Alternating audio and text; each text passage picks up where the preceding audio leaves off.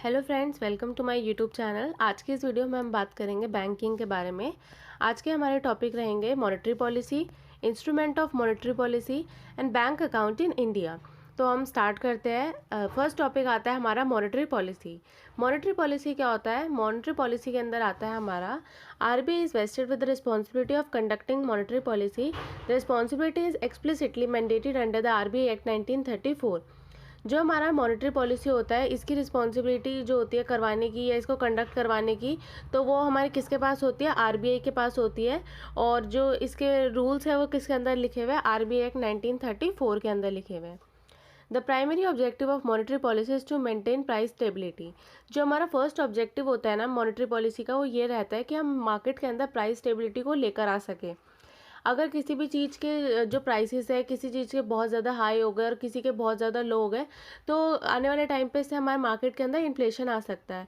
तो आरबीआई हमारा क्या देखता है कि जिससे वो मार्केट के अंदर प्राइस स्टेबिलिटी लेकर आ सके और बाद में मार्केट के अंदर इससे ज़्यादा से ज़्यादा हमारी ग्रोथ हो। RBI act 1934 provide for an empowered 6 member monetary policy committee to be constituted by the central government. 3 members will be from RBI and other 3 member MPC will be appointed by the central government. तो हमारी MPC committee के अंदर total 6 member होते हैं, जिसके अंदर 3 member तो हमारे RBI के रहते हैं और अदर 3 मेंबर जो होते हैं वो हमारा सेंट्रल गवर्नमेंट अपॉइंट करता है।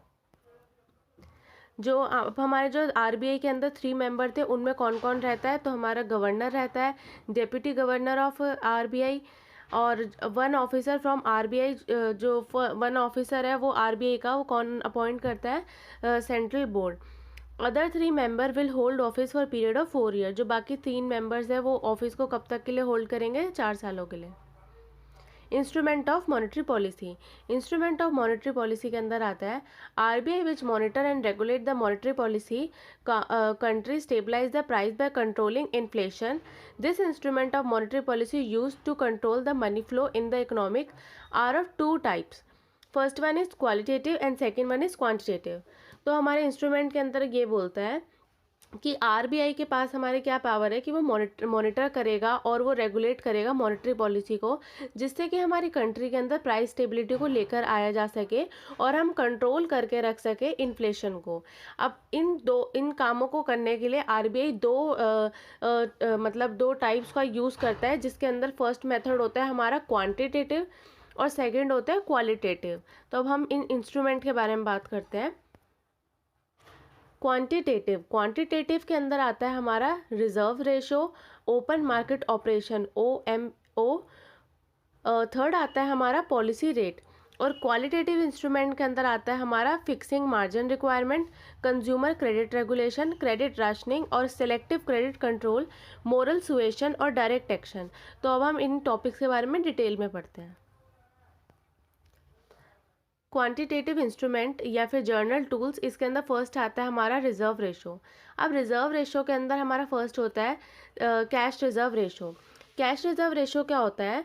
इसके अंदर आरबीआई जो होता है ना, आरबीआई बाकी अदर बैंक्स को ये बोलता है कि तुमको सर्टेन जो कैश है वो अपने बैंक के अंदर डिपॉजिट करके रखना है। It is a certain percentage of bank deposit which banks are required to keep with RBI. It is based on net demand and time liability. Higher the CRR with the RBI, lower will be the liquidity in the system and vice versa. फिर आता है हमारा SLR, statutory liquidity ratio. Every financial institution has to maintain a certain quantity of liquid assets with themselves at a point of time of their NDTL. इसके अंदर RBI जो होता है वो बैंक्स को ये बोलते हैं कि तुमको मेंटेन करके रखना है certain liquid assets. Liquid assets वो होती है जो इजीली कन्वर्ट हो जाती है कैश के अंदर। Higher the SLR, lower will be the bank be allowed to lend in the system and vice versa. इसके बाद आता है हमारा सेकंड होता है open market operation. Open market operation क्या बोलता है? Operation is an instrument of monetary policy which involve buying और selling of government security from और टू पब्लिक एंड बैंक। इसके अंदर वो बाय करता है या सेल करता है गवर्नमेंट की सिक्योरिटीज़ को। RBI sell government security to control flow of credit and buy government security to increase credit flow. RBI क्या करता है, कभी कभी जो गवर्नमेंट सिक्योरिटीज़ होते हैं उनको सेल कर देता है, जिससे वो कंट्रोल कर सके फ्लो ऑफ क्रेडिट को, या फिर अगर वो कभी कभी बाय कर लेते हैं गवर्नमेंट सिक्योरिटी को, जिससे वो इंक्रीज कर सके क्रेडिट फ्लो को। थर्ड आता है हमारा पॉलिसी रेट्स। पॉलिसी रेट्स के अंदर हमारा फर्स्ट आता है bank rate. The bank rate also known as discounted rate is the rate of interest charge by the RBI for providing funds और loan to the bank system. ये जो हमारा bank rate होता है ये वो रेट ऑफ इंटरेस्ट होता है जो कि कौन चार्ज करता है, आरबीआई चार्ज करता है अदर बैंक से, जो वो उनको अपने अगर फंड्स प्रोवाइड करवाता है तो तब ये रेट ऑफ इंटरेस्ट चार्ज किया जाता है।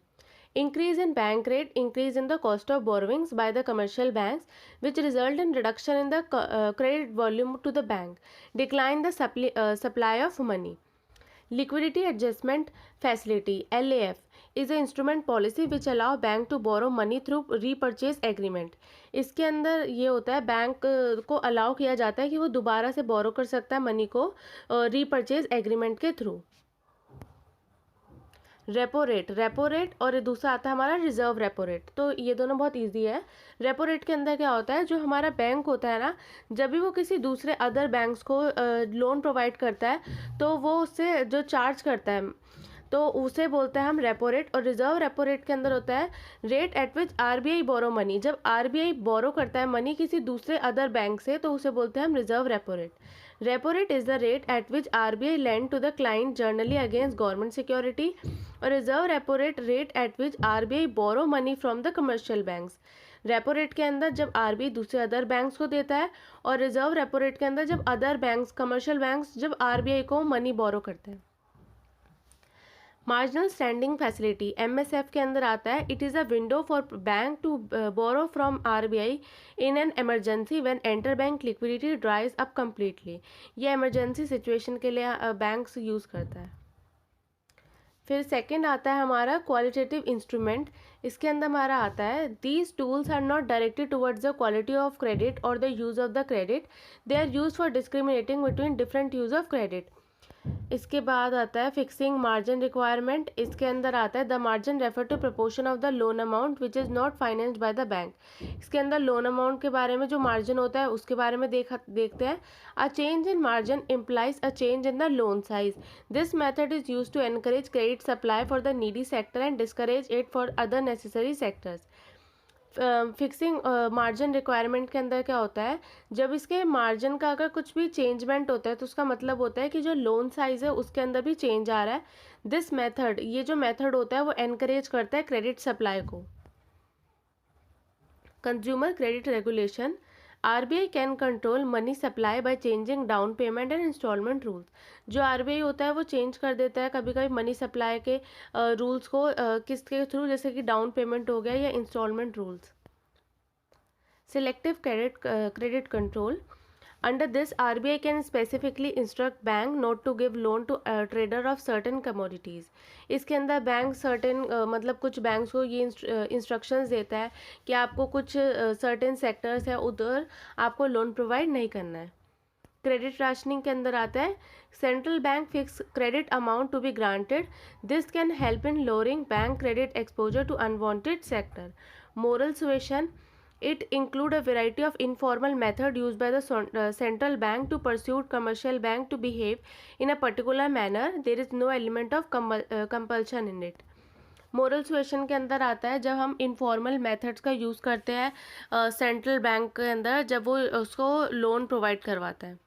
Direct action this step is taken by the RBI against bank that don't fulfil condition and requirement. Direct action जो होता है वो आरबीआई लेता है कुछ बैंक के खिलाफ में जब वो कुछ कंडीशंस को फुलफिल नहीं कर रहे होते हैं उस कंडीशन में। टाइप्स ऑफ बैंक अकाउंट, कितने टाइप के बैंक अकाउंट है इंडिया के अंदर, अब हम उनके बारे में बात करेंगे। तो इसके अंदर है हमारा a bank account is a financial account maintain by the bank for a customer. A bank account can B deposit account, a credit account, current account and other type of account offered by the commercial institution and represent the fund that our customer has entrusted to the financial institution from which the customer can make withdrawal। Bank account हमारा एक financial account होता है जो कि maintain करता है bank अपने customers के लिए। बैंक अकाउंट हमारे किसी भी टाइप का हो सकता है, जैसे कि क्रेडिट अकाउंट हो गया, करंट अकाउंट हो गया, सेविंग अकाउंट हो गया, तो ये सारे हमारे बैंक अकाउंट होते हैं। अब हम इसके टाइप देखते हैं। फर्स्ट आता है हमारा सेविंग अकाउंट, जिसे हम बोलते हैं बचत खाता। This account can be open by individual in a bank to save some share of their earnings. तो जब किसी इंडिविजुअल को अपना अपना अमाउंट जो होता है बैंक के अंदर डिपॉजिट करवा देता है अपने सेविंग्स का, बाद में उसको उसको निकाल सकता है। सेकंड आता है हमारा करंट अकाउंट। करंट अकाउंट होता है हमारा चालू खाता, जिसे हिंदी में बोलते हैं। Current account are open for the business transaction on the name of the firm और company. Bank offer no rate of interest on money held in current account but provide extra feature as compared to saving account। जो current account होता है वो हमारा business transactions के name of the firms के ऊपर होता है। इसके अंदर जो बैंक होता है कोई रेट ऑफ इंटरेस्ट ऐसा कुछ अच्छा देते नहीं है, पर इसके अंदर कुछ एक्स्ट्रा फीचर्स प्रोवाइड करवाता है bank as compare to savings account.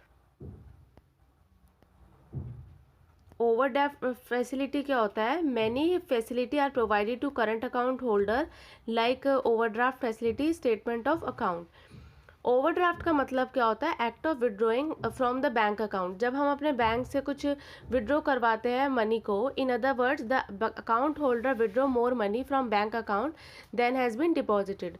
मतलब जैसे आपके बैंक में 100 रुपीज़ पड़े हैं और आपने वहाँ से 150 रुपीज़ निकाल लिए, तो जो आपका 50 रुपीज़ है वो आपका क्या है? ओवरड्राफ्ट अमाउंट है।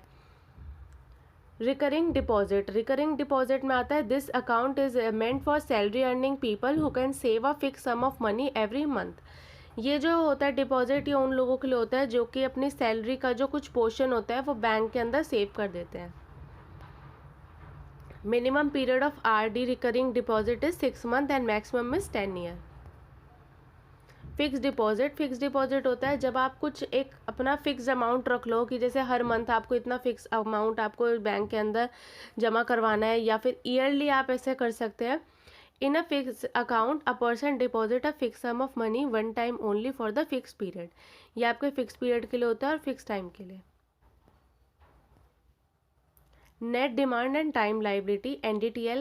NDTL shows the difference between the sum of demand and the time liability of a bank and the deposit in the form of assets held by the other bank।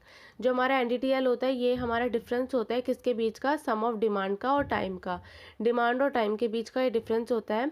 And the demand deposit in the form of, और ये जो हमारे deposits होते हैं ना जो assets के form में, तो वो हमारे इसके अंदर रखे जाते हैं पब्लिक डिपॉजिट और अदर बैंक के।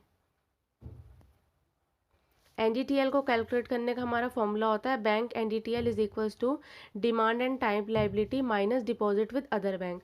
जो हमारा डिमांड और टाइम लाइबिलिटी डिपॉजिट है उसमें हम माइनस कर देते हैं जो भी हमने डिपॉजिट करवाई है दूसरे बैंक्स के अंदर।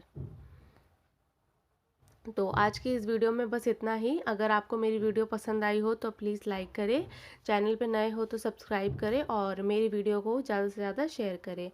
Thank you so much for watching.